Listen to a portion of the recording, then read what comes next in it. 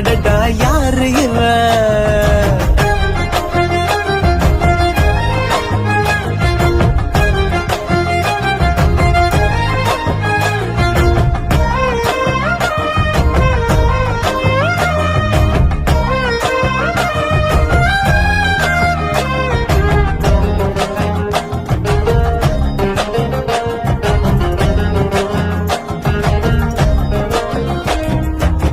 நிலவொன்று தரையில் வந்து நடக்குது எதிரில் நின்று எனக்குன்னு பிறந்தவதா என்று